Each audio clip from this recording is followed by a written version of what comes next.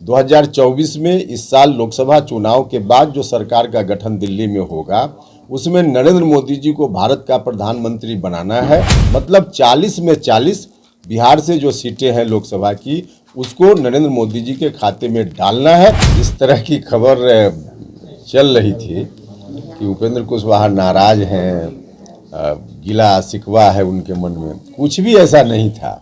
अब हम लोग उस स्टेज में पहुंच गए, सब लोगों का निर्णय, सामूहिक निर्णय, सब लोगों के बीच सहमति बन गई।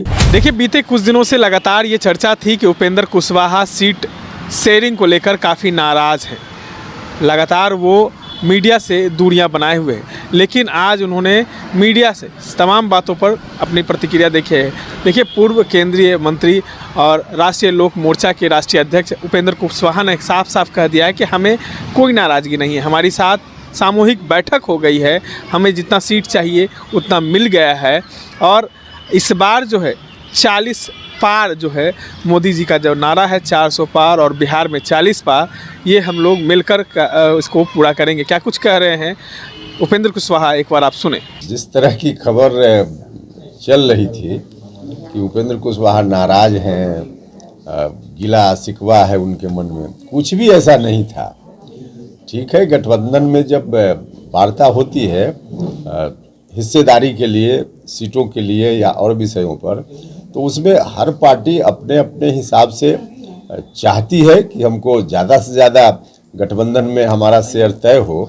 तो उस दृष्टि से बातचीत के दौरान कुछ चीज़ें चलती रहती है, लेकिन वह एक प्रोसेस है और उस प्रोसेस में बीच में कब क्या हुआ, सारी चीज़ मीडिया को शेयर करने की ज़रूरत भी नहीं है और उचित भी नहीं है।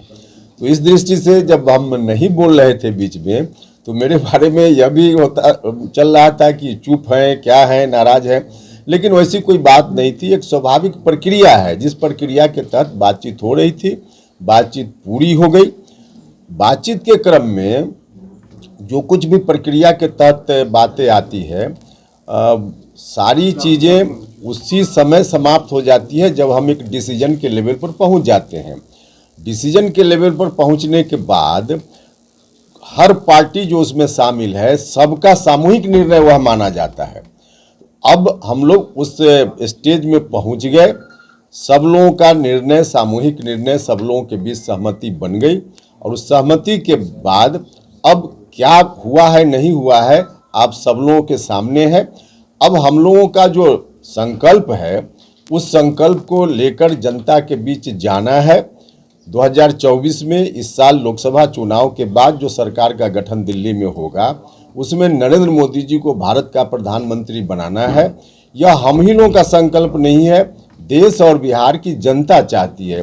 तमाम लोग, सभी सेक्टर के लोग, गरीब गुरबा, किसान, नौजवान, महिलाएं, सारे लोग चाहते हैं कि एक बार फिर से बागडोर नरेंद्र मोदी जी के हाथ में जाए। तो इस काम में हम लोग अब लगे हुए पहले से ही हैं, लेकिन अब चुनाव की घोषणा हो गई है तो इसको ध्यान में रखते हुए हर जगह, मतलब 40 में 40 बिहार से जो सीटें हैं लोकसभा की उसको नरेंद्र मोदी जी के खाते में डालना है। और उस दृष्टि से हम सब लोग पूरे मन से, हर तरह से सभी पार्टी के लोग लगेंगे और हमारी पार्टी के लोग भी लगे हुए हैं, इसको और तेज करेंगे। चिराग पासवान और उपेंद्र कुशवाहा तो मान गए, लेकिन अगर एनडीए से बाहर जाते हैं पशुपति कुमार पारस, तो क्या असर पड़ेगा एनडीए गठबंधन पर? नहीं, देखिए, अब जो हैं, बाकी क्या हुआ नहीं हुआ सब लोगों के सामने है। हम लोगों का अब किसी के बारे में अनावश्यक और अब जिसकी ज़रूरत नहीं उस पर टिप्पणी, इसकी कोई आवश्यकता नहीं है। हम लोग अब सीधे युद्ध के मैदान में जा रहे हैं और 40 में 40 जीतेंगे, यह हम लोगों के मन में पहले ही से विश्वास है। तो आपने सुना किस तरीके से उपेंद्र कुशवाहा ने कहा कि हमारी जो कोई नाराज़गी नहीं है, हमने जिस तरीके से सामूहिक वार्ता की है और बैठकर तमाम बातें जो है वो क्लियर हो गई है। इस तरह के तमाम अपडेट्स के लिए बने रहें देशवा न्यूज़ के साथ। धन्यवाद।